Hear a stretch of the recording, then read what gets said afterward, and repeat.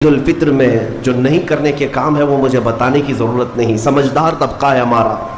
آج شام تک ایک بات طے کر کے رکھ لینا، کیونکہ کل رات کو ہی شیطان آیا ہے چھوٹ کر کے قید سے، اور وہ اپنے پورے فورس کے ساتھ چاہتا ہے کہ تمہیں کسی نہ کسی طرح سے ان راستوں سے لے کر گناہوں کے اڈوں پر لے جاؤ۔ رمضان یہ اللہ کا فضل ہی تو تھا، تمہیں کھلا پلا رہا ہے یہ اللہ کی رحمت ہی تو تھی، تمہیں صحت اور تندرستی دیا یہ اس کی رحمت ہی تھی، تو یہ فضل اور یہ رحمت ہے۔ لیکن سب سے بڑی رحمت جب تمہارے پاس آئے تو خوشیاں مناؤ۔ قرآن کہتا ہے سب سے بڑی رحمت کیا ہے؟ وَمَا أَرْسَلْنَاكَ إِلَّا رَحْمَةً لِّلْعَالَمِينَ، محبوب ہم نے آپ کو سارے جہانوں کی رحمت بنا کر بھیجا ہے۔ پتہ یہ چلا کہ کائنات کی سب سے بڑی رحمت مصطفیٰ کریم کی ذات پاک ہے، اور جب وہ آئیں تو سب سے بڑی خوشی کا دن ہوتا ہے۔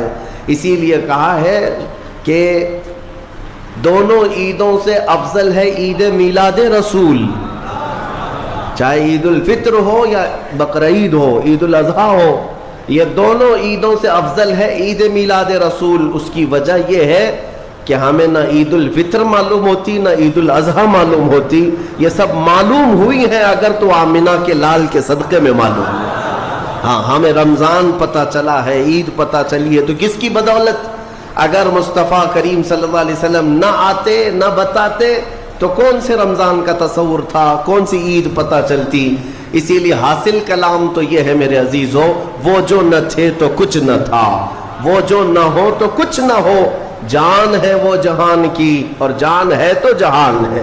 آج عید اگر منانا بھی ہے تو میں یہ ضرور کہوں گا کہ آج عید پڑھنے کے بعد، نماز پڑھنے کے بعد سب سے پہلا کام جو آپ کرتے ہیں وہ کیا ہے؟ سب سے پہلا کام آپ یہ کرتے ہیں اپنے ماں باپ، اپنے رشتہ داروں سے ملاقات، اور گھر جلدی بھاگ کر کے جاتے ہیں کہ اپنے بڑوں سے ملاقات کرنا ہے۔ آج مصافحہ معانقہ کا دن ہے، آپ کو اپنے ماں باپ جس قدر یاد رہتے ہیں، میرے عزیزو اس رسول کو آج ہرگز فراموش نہ کرو جو اپنی رات کی تنہائیوں میں تمہیں امتی امتی کہہ کر یاد کیا کرتے تھے۔ آج ان کا دن ہے، آج اس رسول پاک کا دن ہے۔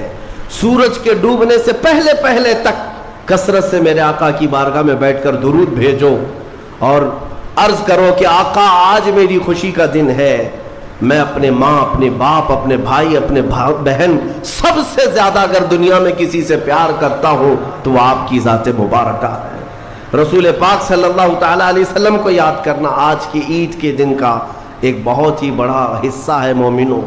باقی میں دوسروں کے بارے میں نہیں کہہ سکتا، جن لوگوں نے آج کی عید کو جوا کا اڈا بنا لیا ہو، شراب پینے کا ذریعہ بنا لیا ہو، سینما تھیٹر پہ جا کر کے عیش کرنے کا ذریعہ سمجھا ہو، میں سمجھتا ہوں کہ ان کے اندر روح اسلام نہیں آئی۔ اگر اسلام کی روح ہوتی، اگر ایمان ان کے قلب میں بشاشت پیدا کر چکا ہوتا تو ہرگز وہ ایسی جگہ قدم بھی نہیں رکھتے۔ اے میرے عزیزوں، آج مصطفیٰ کریم صلی اللہ علیہ وسلم کے سچے غلام بن کر کے دکھانے کا بھی دن ہے۔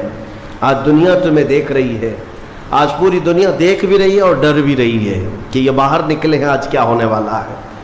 میرے عزیزو، تمہارے پاس سب سے بہترین میسج دینے کا وقت یہ ہے کہ رسول کریم صلی اللہ تعالیٰ علیہ وسلم کے غلام ان کی سنتوں میں ملبوس اپنے گھروں سے آج نکلے ہیں اور پوری دنیا میں حضور کی سنتیں عام کر کے رہیں گے اور حضور پاک صلی اللہ علیہ وسلم کے اخلاق کو پھیلا کر رہیں گے۔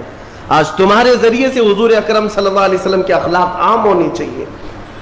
نان مسلم ہو، غیر مسلم ہو، کوئی بھی اگر اس کے ساتھ تمہارے مدد کا جذبہ آیا، کم سے کم اس کے دل میں یہ خیال تو آئے گا کہ یہ نوجوان کیوں میرے ساتھ اچھائی کر رہا ہے۔ اس وقت تم یہ بتا سکتے ہو یہ میرا اپنا عمل نہیں، یہ میرے آقا کا عمل ہے۔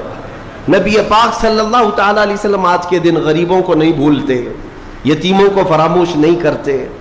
حضور پاک صلی اللہ تعالیٰ علیہ وسلم آج ان یتیموں، بیواؤں، سب کے گھروں کا خیال تک رکھتے تھے۔ عزیزان گرامی وقار، آج عید کے ان لمحات میں یقیناً رمضان المبارک گزر جانے کے بعد خوشیوں کا دن ضرور ہوتا ہے، لیکن ساتھ ہی آج ہمیں قلق بھی ہے، غم بھی ہے ہمارے ان بھائیوں کا جو آج عید منانے کے لیے یا تو ہمارے ساتھ نہیں ہیں، ناحق جیلوں میں بند ہیں، کچھ بے قصور قیدی ہیں، اور بہت سارے وہ لوگ ہیں جن کے ہاں اسباب کی کمی ہے اور کوئی عید نہیں ہے ان کے ہاں، وہ فلسطین کا علاقہ ہو کہ شام ہو کہ یمن ہو کہ عراق ہو، ان کے ہاں کوئی عید نہیں، وہ کھلے میدانوں میں آج بھی ایک ایک روٹی اور بوٹی کے لیے ترس رہے ہوں گے۔ آج اس درد کے ساتھ ہم عید کے لیے حاضر ہیں اور بارگاہ مولا میں یہ عرض ضرور کریں گے کہ مولا جہاں تو ہمیں نرم لقمے کھلا رہا ہے، حضور کی اس غریب امت پر بھی رحم فرما دے۔ ایک میرا ہی رحمت میں دعویٰ نہیں، شاہ کی ساری امت پہ لاکھوں سلام۔ آج عید کے دن جو کام کرنے کے ہیں، میرے مصطفیٰ کریم صلی اللہ علیہ وسلم کو راضی کرنے کا دن ہے۔ آج کے دن حضور فرماتے ہیں اللہ تعالیٰ کو سب سے زیادہ پسندیدہ جو عمل ہے، سب سے زیادہ پسندیدہ وہ دو ہے، دو عمل اللہ کو بہت پسند ہے آج کے دن۔ فرمایا میرے آقا صلی اللہ علیہ وسلم وہ دو عمل کیا ہے؟ حضور فرماتے ہیں پہلی چیز یہ ہے کہ اللہ رب العزت کی بڑائی بیان کرنا، اللہ اکبر اللہ اکبر اللہ اکبر لا الہ الا اللہ اللہ اکبر اللہ اکبر وللہ الحمد۔ یہ اللہ رب العزت کی بڑائی، تکبیر، اللہ سب سے بڑا ہے، یہ تکبیر بیان کرنا پہلا عمل اللہ کو سب سے زیادہ پسند ہے۔ دوسرا عمل استغفار، استغفر اللہ استغفر اللہ استغفر اللہ استغفر اللہ ربی من کل ذنب واتوب الیہ۔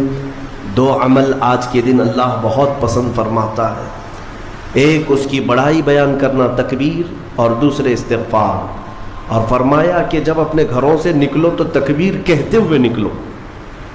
کتنے لوگ ایسے ہیں جو تکبیر پڑھتے ہوئے آئے؟ بہت کم لوگ ہیں، سب اپنے اپنے دھن میں چلے جا رہے ہیں۔ یہاں تک کہ فرمایا اس تکبیر کا اہمیت کا اندازہ اس سے لگاؤ، آنے کے وقت جس راستے سے آئے تھے عید کے لیے، جانے کے وقت دوسرے راستے سے جاؤ، واجب نہیں ہے، لیکن اس کی حکمت کیا ہے؟ ایک راستے سے آنا اور دوسرے راستے سے جانا سنت۔ فرمایا گیا کہ جب تم ایک راستے سے تکبیر پڑھتے ہوئے آتے ہو تو اس راستے پر موجود جتنے مکان، پتھر، درخت ہیں وہ سب تمہاری تکبیر کی گواہی دیں گے۔ قیامت کے دن تمہاری تکبیر کی وہ گواہی دیں گے کہ مولا یہ ہمارے سامنے سے تیری بڑائی کرتا ہوا گزرا ہے۔ تو ہو سکے دوسرے راستے پر بھی گزرو تاکہ زیادہ سے زیادہ ان تمام چیزوں کو اپنی تکبیر کا گواہ بنایا جا سکے۔ تو اس سے اندازہ کریں کہ تکبیر آج کے دن بہت اہمیت کی حامل ہے، اور اسی تکبیر کی آج ضرورت بھی ہے مسلمان کو۔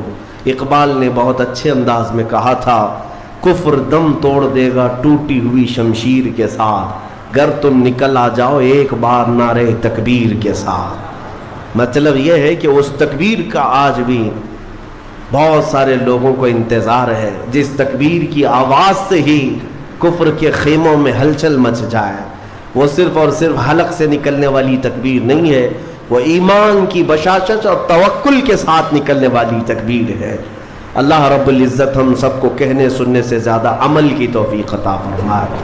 آج میرے عزیزوں، عید الفطر میں جو نہیں کرنے کے کام ہے وہ مجھے بتانے کی ضرورت نہیں، سمجھدار طبقہ ہے ہمارا۔ آج شام تک ایک بات طے کر کے رکھ لینا، کیونکہ کل رات کو ہی شیطان آیا ہے چھوٹ کر کے قید سے، اور وہ اپنے پورے فورس کے ساتھ چاہتا ہے کہ تمہیں کسی نہ کسی طرح سے ان راستوں سے لے کر گناہوں کے اڈوں پر لے جاؤ۔ کتنے ایسے لوگ ہیں جو ایک ہی دن میں اس کے شکنجے میں پھنس جاتے ہیں، یہ ان کا معاملہ ہے۔ اسی لیے آج شام تک اپنے آپ کو کنٹرول کرو کہ میں نہ آج گانے بجانے، سینما اور جوؤں کی طرف جاؤں گا، اور نہ ہی بے حیائی کے اڈوں کی طرف جاؤں گا۔ آج کا دن اللہ رب العزت اپنے فرشتوں پر رشک فرماتا ہے۔ توجہ تو چاہتا ہوں، توجہ۔ عید کے دن جب بندے سجدے میں گرتے ہیں، عیدگاہ ہو کہ مسجدیں ہو، جیسے ہی تم عید کے دن سجدے میں چلے جاتے ہو، یہ لمحہ کون سا ہے جانتے ہیں آپ؟ یہ لمحہ کون سا ہے؟ جس دن دنیا پوری، آپ بھی رمضان بھر سجدے میں گئے ہوں گے، عبادتیں کر کے بھیک کیا مانگتے تھے؟ اللہ تو راضی ہو جا، ہم یہاں مانگ رہے تھے، لیکن عید کے دن کے سجدے کے بارے میں فرمایا گیا جیسے ہی امت سجدے میں جاتی ہے مولا سارے فرشتوں میں اعلان فرماتا ہے فرشتوں آؤ دیکھو میرے بندے، میں ان سب سے راضی ہوں اور ان سب پر مجھے رجک آتا ہے۔ آج دنیا خوشیوں میں ڈوب کر کے عیاشی کرنا چاہتی ہے، لیکن میرے یہ بندے ہیں جو دنیا کو ترک کر کے میری بارگاہ میں سجدہ ریز ہیں۔ آج مولا رب العزت رشک فرماتا ہے فرشتوں پر۔ اس لیے میرے عزیزوں نہایت ہی اخلاص کے ساتھ، اطمینان کے ساتھ اور اللہ رب العزت کی بارگاہ میں اپنے آپ کو خود سپرد کر کے عید کی نماز ادا کریں، اور امید ہے کہ یہ عید ہماری ایک انقلاب لائے گی انشاءاللہ۔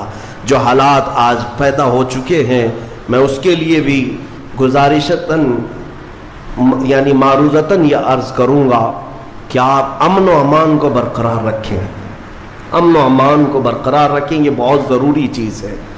مجھے افسوس ہے یہاں کے بھی حالات اور پورے ہندوستان کے بھی حالات جس طرح سے اپنائے جا رہے ہیں۔ یہودیوں کی ایک بڑی سازش تھی خلافت عثمانیہ کے زمانے میں۔